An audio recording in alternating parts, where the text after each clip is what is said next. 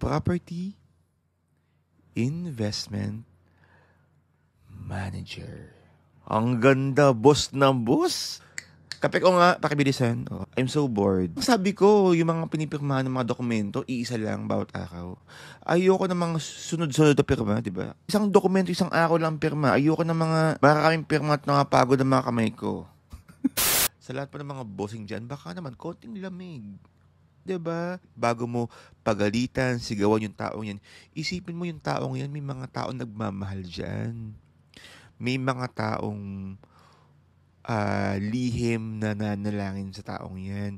May mga taong umiiyak para sa taong yan. Gusto din palang ibahagi sa inyo, ito nga pala yung aking first updates sa aking Airbnb. Sa Airbnb ng client ko, dyan po mismo sa Fame Residences. So, tuwa ako. So far, tuwa naman ako. Ang daming bookings, ang daming client. Iba-iba, kabayan ka updates. Iba-iba talaga ang guest. Iba-iba ang mga ugali ng guest talaga. Eto na lang, kabayan ka updates. Eto na lang. Nag-check out, iniwan bukas ang aircon.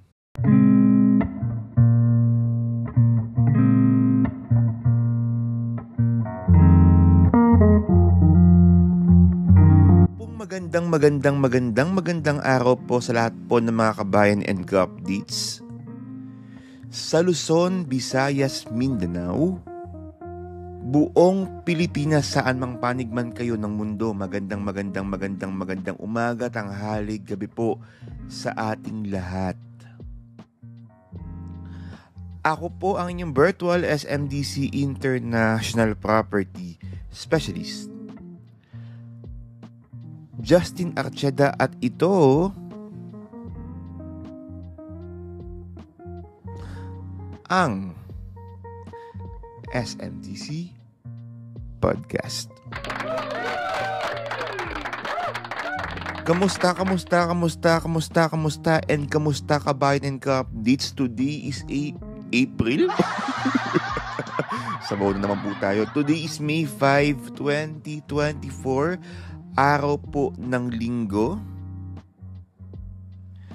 Sobrang init, ha?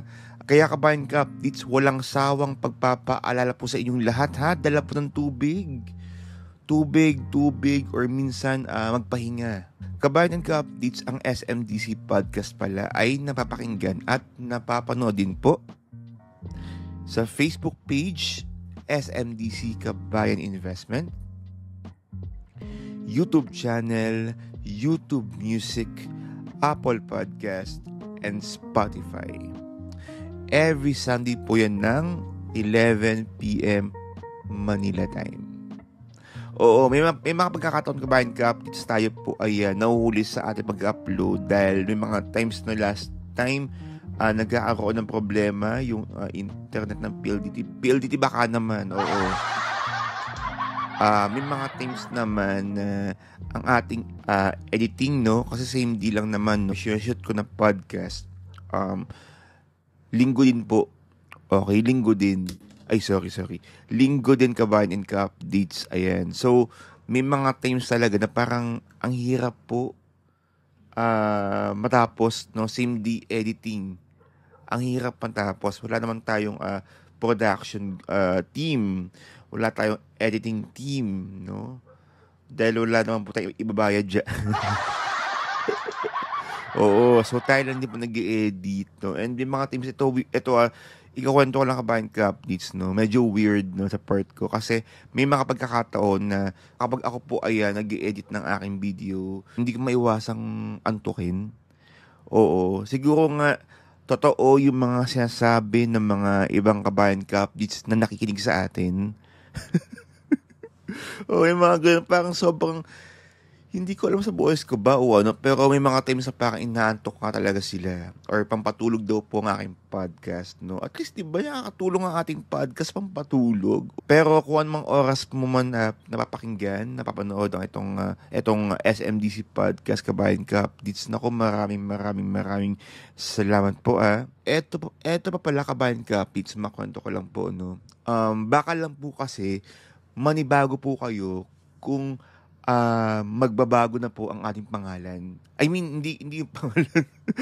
yung ating title. Oo, yung ating title. Kasi ang ginagamit nga po namin sa SMDC ay International Property Specialist. Ngayon po, Kabayan ka updates, hindi na. Oo. Kasi last Friday, nagpatawag nga po ng malawakang meeting ng SMDC sa lahat po ng mga nasa sales department, no.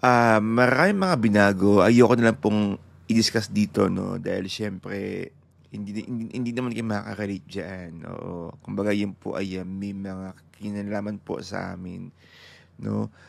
At isa po ito sa mga binago po sa amin na ang magiging pangalan na po from International Property Specialist magiging Property Investment Manager. Okay, ulitin ko po. Property Investment Manager. Ay! Ang ganda, boss na boss. Boss na boss ang title, ha? Oo. Oo, boss na boss. Parang yung nalaman ko nga yung pangalan niya, parang feeling ko na-promote ako. Oo. Oo, boss na boss, no? Kabayan ka updates. Oo. Parang nag-i-imagine na nga po, Kabayan ka updates, no? Kapag inabago na nga po yung pangalan na yan or yung title na yan. Property Investment Manager. Oh, parang parang feeling ko marami na akong mga tao-tauhan na yan. Kape ko nga, pakibilisan. Oh, I'm so bored. Di ba sabi ko, yung mga pinipirmahan ng mga dokumento, iisa lang bawat araw. Ayoko ng mga sunod-sunod na pirma, di ba? Isang dokumento, isang araw lang pirma. Ayoko ng mga maraming pirma at nakapagod ng mga kamay ko. Oo, yung mga kabayan cup, sa lahat po ng mga bossing naman dyan, baka naman. Ang dami ko nakilalang kabayan cup, talaga na parang, oo, parang, hindi, napagdaanan ko din naman kasi, once upon a time, di ba, naging,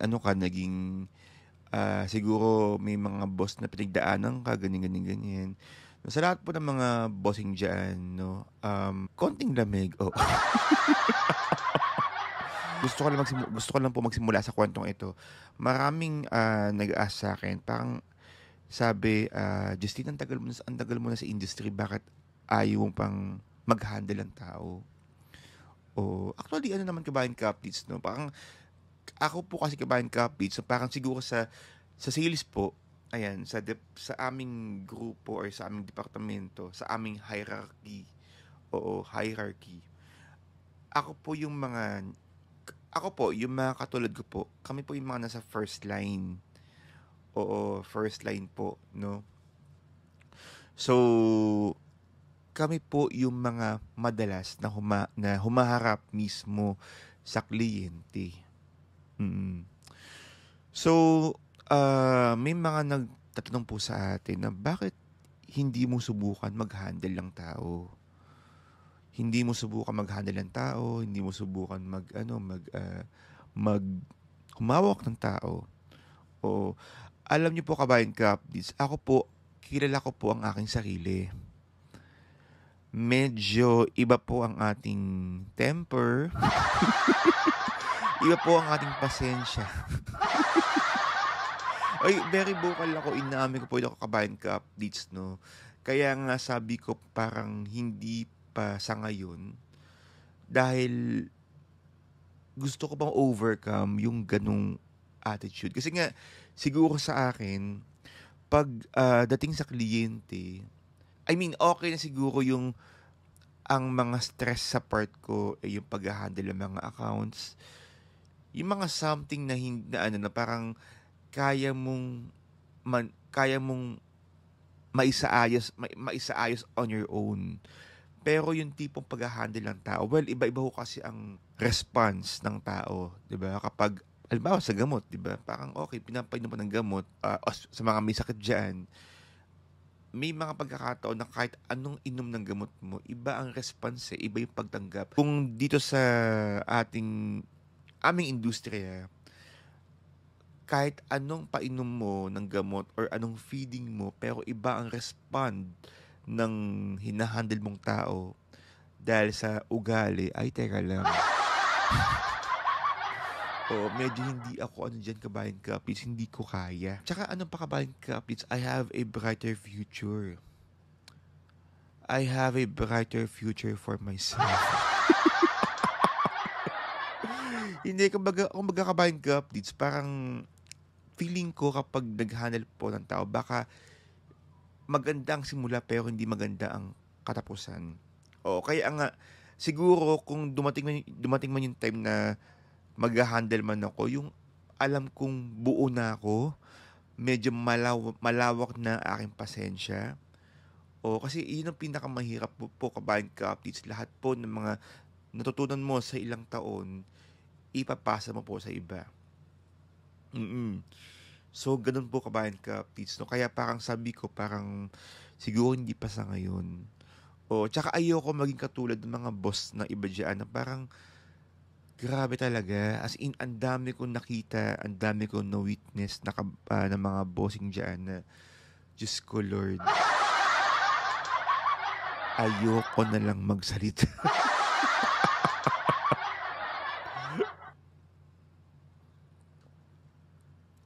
Hindi kasi kabayan ka-updates, nakakalungkot isipin, no? Parang, isa po ito sa mga dahilan kaya ayoko din mag-handle. Kasi, yun nga, kilala ko nga po sarili ko. Ang dami ko nakita mga bossing dyan. Hindi lang po dito sa aming industriya. Kumbaga, ang dami rin mga bossing sa ibang kumpanya or ibang line or ibang industry na grabe talaga magtrato ng tao. Iba talaga. Iba, parang, hindi ko alam, parang, hindi ko maano, parang, kung magtrato ba sila, parang hindi nyo ba napagdaanan kung paano maging tao before sa boss nyo? Ang dami. Parang, ang laki ng pinagbago ng ugali mula nung nagbago ang buhay. Ang daming ganun kabayan ka-updates, no? So, sa lahat pa ng mga bossing dyan, baka naman, konting lamig. 'Di ba? Parang bago mo pagalitan yung taong yan, bago mo pagalitan, sigawan yung taong yan, isipin mo yung taong yan, may mga taong nagmamahal dyan. May mga taong lihim na nanalangin sa taong yan. May mga taong umiiyak para sa taong yan. Kapag nagbabahagi sila ng problema, sinusumbong nila kayo. May isang GC, yung GC na yun, puro mga empleyado mo. Diba? Kumbaga parang isipin din natin, kabayan ka-updates, yung nararamdaman nung tumatanggap, diba? Kasi ang dami kasi parang ang painiwala nila kapag nai-humiliate, no, yung tao or napapahiya or napapagalitan, nasisigawan, parang thinking nila parang yun yung magandang feeding or yun yung magandang ano ba, gamot para mag-strength yung or maging fully equipped yung tao na parang ganun, kapag binibembang ko to, gagaling to, ganyan. Nako, hindi ho lahat. Ako siguro sa akin, oo, yes. Pero teka lang siguro ko sa ngayon parang Diyos ko, para akong aatakin sa puso. Parang hindi na po ganun, hindi na po uso yung mga ganun. Parang ako, sometimes kailangan talaga natin medyo maging mahalumanay, magsalita. Oo. So, kagaya niyan, yung aming sekretary si Maine. Dati, ay nako, kabayan ko, sila sa totoo lang. Iba talaga ang enerhiya ko kapag may mga, ayoko magkwento. Pero, talagang, dati iba talaga yung aking pananalita, no? Pero pag-aaralan, nakokontrol natin. So, kahit nagigil ka na, post ka muna. Pag may nalaman kang balita, sige, 5 minutes. Tahimik ka muna. Kasi may mga salitang hindi mo na kayang mabawi. No? May mga salitang hindi na kayang bawiin or hindi na kayang idaan sa mga pag-grab food mo. Kasi talagang ang sakit, no? Masakit. Sorry kabayan ka, please, no? Pero Siguro gano'n talaga kapag concern ka sa mga accounts, medyo lumalabas ang ating pagiging dragon. Oo. So, mukha lang po ako mabait. Opo, pero Diyos ko, kapag dokumento, account na ng kliyente, medyo nakipagpatayan po tayo. Oo, so ganun po kabayan ka updates. But ang inaano ko lang po kabayan ka updates, no, parang sana po sa lahat po ng mga bossing dyan, sa lahat po ng ano, konting lamig. Oo, um, konting lamig. Kasi, totoo lang po kabayan ka updates, ang hirap din po. May mga pagkakataon na hindi rin magandang yung epekto sa mga empleyado, yung naisigawan, napapahiya. Pag may nagawang mali yung tao mo, kausapin mo ng pribado. Wag yung parang isa sa publiko mo pa yung parang yung kaano niya, yung kahinaan ng ano. Medyo hindi ko kasi magandang epekto sa tao. Nakakababa po ng moral. Oo, at saka imagine gusto niyo ba na kapag kayo po ay or nawala na po etong nawala na po sa kumpanya nyo o sa grupo nyo wait lang, wala tuloy. Si Papa kasi nag-PM sa akin. Oo, Papa, mega shoutout to you, ha? Ayan. So, gusto nyo ba kabayan ka updates na kapag, alam nyo yun, na kapag nawala po itong taong to sa kumpanya nyo, maraming masabi tungkol sa hindi ba mas maganda kung ay dumaan ako dito sa boss kong to, naging boss ko tong taong to, ang bait. Sa sobrang bait, nahihiya ako. 'Di ba nahihiya akong gumawa ng mali, nahihiya akong 'di ba yung mga ganun bang mga pag-uugali or kapag hindi na kinakayanan ng tao, parang siya na mismo nag-resign kasi parang hindi niya kaya yung kabaitan mo, 'di ba? Wag sa akin ganun kabayan kapits eh. No, sana ganun kasi ako sa lahat po ng mga naging bossing ko, isa po ito sa mga pinagmamalaki ko po talaga. Hindi ko po alam kung nakikinig po siya ngayon, pero wala akong masabi sa aking boss na si Sir Florentino Ramos Jr. or si Sir JR. Mm. Hindi ko alam kung siguro baka tinanggap na lang niyan na ganito ugali ko. Hindi kasi kabahan ka, di mga pagkakataon talaga. Well, meron tayong mga attitude, no? Pero parang wala siyang imik. Kaya lang sabi ko, parang sobrang walang pagka-imik. Parang, alam mo yun, gusto mong hintayin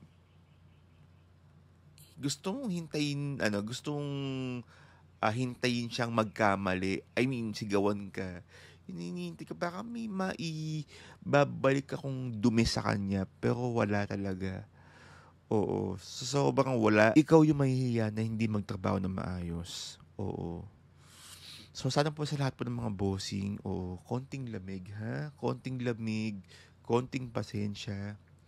Kung may kailangan sabing maayos, or I mean kung may kailangan sabihin na mali, pakaitam, kausapin ng pribado, huwag pahihiyain please.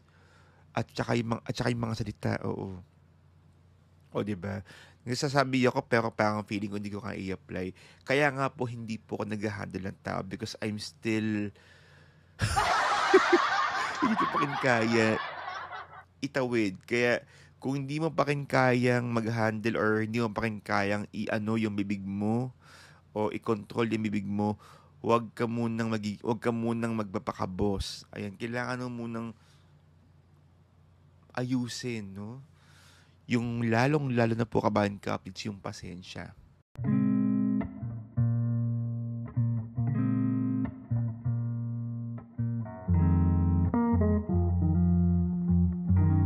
Gusto din palang ibahagi sa inyo, ito nga pala yung aking first updates sa aking Airbnb. Sa Airbnb ng client ko, dyan po mismo sa Fame Residences. Oo. Ay, nako, oo. Ang hirap din pala talaga mag-handle ng Airbnb. Oo, kasi kabahin ka updates to, parang yun nga po, sa mga hindi po nakakapanood last podcast natin. Tayo nga po ay tumanggap na nga po ng Airbnb. No, tayo nga po ay tumanggap na po ng Airbnb unit para i-handle, no? So, sabi ko nga parang Gusto ko kasing mag-handle talaga ng Airbnb at tulungan yung kliyenteng ito. So, meron tayong unit na pinapa-Airbnb sa Fame Residences. So far, natuwa naman ako. Ang daming bookings, ang daming kliyente talaga. Diyos ko Lord. Maraming salamat po sa Airbnb, sa Facebook page. Partida wala pang booking.com. Wala pang Agoda. Oo. Wala pang ganyan. Pero grabe ang pagtanggap ng ating mga kliyente, ng ating mga nagiging guest sa Airbnb at Facebook. Maraming salamat po. Ako, mula po na nagbukas po itong si Fame, itong si Hanika Suite, ako po ang personal na naglilinis. So, hindi pa ako nag-hire ng cleaner. Pero ngayon po baka mag-hire na po ako. Pero kapag napapagawi nga po ako doon, talagang ako talaga yung naglilinis talaga. Kasi parang gusto kong matutukan. At saka syempre, gusto ko nga po malesen yung operational expenses nung kliyente. Nagsisimula pa nga lang po tayo. Nakakalungkot lang isipin kabayan kapits. Ayoko na lang ibahagi ito sa aking owner, no. Pero ganun pala no kapag ikaw ay nag-handle ng Airbnb, talagang may mga pagkakataon maaapektuhan ka sa doon sa mga nangyayari po mismo sa unit mo. Kasi iba-iba kabayan kapits, iba-iba talaga ang guest. Iba-iba ang mga ugali ng guest talaga. Oo. Pero in all fairness sa Airbnb, hindi ko lang alam siguro baka bago-bago pa lang ako, no? Pero in all fairness sa Airbnb, lahat po ng mga guests na nanggagaling sa Airbnb, lahat sobrang walang attitude. Pero sa Facebook page or sa Facebook ko nakukuha, Diyos ko, eto na lang kabayan ka update sa eto na lang. Nag-check out, iniwan bukas ang aircon. Bukas ang ilaw. Hindi man lang na nagsabi na ako na paki-switch off na lang po. Okay, or paki-patay na lang po yung aircon, ganyan. Ayun, dumating ako mga anong oras na, siguro mga 7 o'clock ng gabi. Meron pa ho akong dinaanan sa office. 7 p.m. Ang galing bukas ang aircon. Oo, hindi kasi ang dahilan, ang sabi na lang niya, nung nakauwi na nga daw sila, parang natanggap lang niya yung message ko nung nakauwi na nga daw po sila or nakapag-check out na. Pero 'di ba parang sa akin lang, parang 'di ba parang kung alam mo nga alis ka na, ba't hindi mo pinatay yung aircon? Hindi ko tuloy alam kung nakapakinig siya, no? Oo, pero sana po, no, kabahan ka updates, parang sa akin lang sana. Pag mga ganun, siguro dapat alam na natin kapag aalis po tayo ng unit, kahit bayad naman yung o yung ugaling bayad naman natin yan eh. Wag na patayin yung mga ilaw. Imagine yung kawawa kayo naman yung mga business owners natin. Siguro itrato rin natin yung unit na tayo kanya may-ari. Kasi hindi rin po biro yung kuryente. Wag namang ayoko magsalita ng di maganda, Diyos ko. Wag naman ganun. Yun na lang siguro sabi ko na maganda. Wag naman ganun. 'Di ba? Parang itrato rin natin yung unit or yung tinutuloyan natin na parang atin. 'Di ba? Na parang ay sige, aalis muna ako, patayin ko yung aircon, yung TV. Pagbalik ko, buksan ko na lang ulit, 'di ba? Parang 'di ba, kung lahat lang ng tao ay may ganun perspektibo, baka siguro umaangat-angat po yung mas umaangat-angat pa tayo. 'Di ba yung mga Hapon, 'di ba? Nakakatuwa sa mga Japanese, parang sobrang disiplinado po sila sa paggawa ng tama. Sana ganun din po tayo, no? Yung pagtapon ng basura, yung mga nabubulok sa hindi nabubulok. O ano pa, yung mga simpleng ganon, yung mga simpleng ganong bagay, no? Sana naiaayos natin, kabayan updates. Kasi, Diyos ko Lord, grabe talaga yung ah, iba talaga kabayan updates. Parang, ako yung nasaktan bilang sa part ng owner. Wala man lang pong sorry. Hindi man lang nag-sorry sa wala man lang sorry, kabayan kapis. Nakakalungkot lang. Siguro yung simpleng sorry lang sana, parang, pasensya na po, ganyan, wala talaga. Parang, kasi nung nag-check out kami, natanggap ko yung message. Ganon, parang nakakalungkot lang. Oo. So, marami pa. Pero, so far, kabayan kapis, super happy ako doon sa nangyayari ngayon sa Airbnb. And, hindi ko maiwasang maging masaya pa sa sarili ko dahil nakakatuwa lang na parang na-handle natin ng tama etong Airbnb ngayon. So ako nga po, pinapanalangin ko lang talaga the moment na magkaroon na nga po tayo ng leasing company. Sana laging maraming bookings ganyan, maraming mga guest, no. Yung may mga magagandang attitude na guest. Oo. So, yun talaga. But for now, kabayan cup deeds, eto muna, no. Abangan niyo po yung full vlog ko, yung condo, yung Airbnb unit tour natin diyan sa Fame. Pero kung gusto niyo na nga po makita, kabayan cup deeds, ang ating unit sa Fame, o hindi na po kayo makapaghintay, I suggest i-click niyo po yung Airbnb diyan. Kung wala po kayo mismo sa Pilipinas, i-click yung Airbnb dyan, and then ipag-staycation nyo ang mga kapamilya, kamag-anak, kaibigan, para ma-experience po nila, di ba? Kasi kabayan ka-updates, ang naging inspirasyon ko po sa disenyo sa Airbnb na ito. Ang gustong ma-feel ng tao talaga, ng lahat ng mga guest natin dyan, na ma-feel nila na you are very important. Anumang klase ng tao or guest, you are important. Yung maramdaman mo naman na ikaw yung boss, yung maramdaman mo naman na ikaw yung binibigyan ng importansya. Di ba may mga pagkakataon ka-update sa parang dream natin na parang for one night lang, for one day lang, gusto ko lang magmukhang mayaman talaga. Kasi minsan naniniwala ko sa mga magagandang bagay na nakikita natin. Doon nagsisimula yung inspirasyon, yung pangarap, 'di ba, yung dreams. So, gusto ko ganun. Kaya sana talaga, kabayan kaptis, sa lahat po ng mga guests na dumaan po sa Fame. Sana po, kabayan kaptis, ganun po ang inyong nakamdaman. Ayan, sa lahat po ng mga naging guest sa Fame, no. And yun po, kabayan kaptis, marami pa tayong mga kailangang i-improve. Bago-bago pa lang po tayo, kabayan kaptis, sa Fame. Or sa pagpapa-Airbnb, marami pa ho ako. Inaamin ko po, marami pa ho akong kailangan i-improve dyan.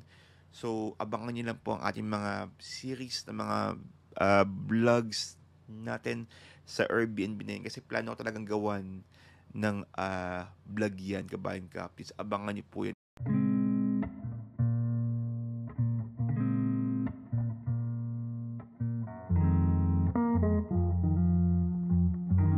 Nako, kabayan ka-updates ha, sana po ay may meron po kayong natutunan sa ating mahaba-habang kwentuhan. Oo, ngayong linggong ito, May 5, 2024. Kung may mga tanong po kayo all about SMDC project, please DM me on WhatsApp, that's 63-9152-814-355. 63-9152-814-355.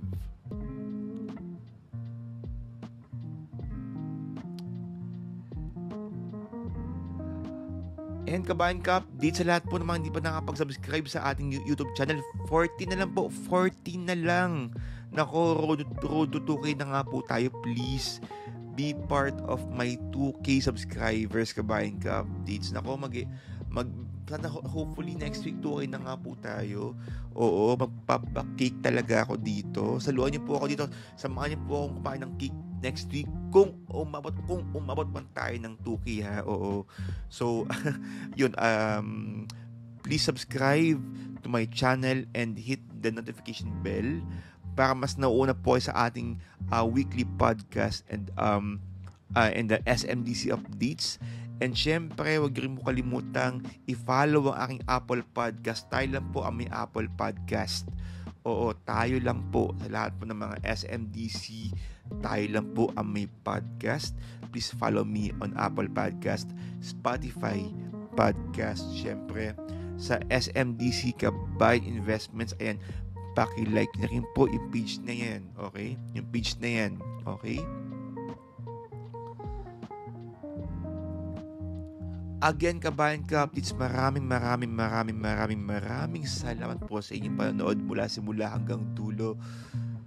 Ako po ang inyong Bertol SMDC International Property Specialist Justin Archeda na patuloy pong nagpapaalala po sa inyo, Kabayan Ka-updates.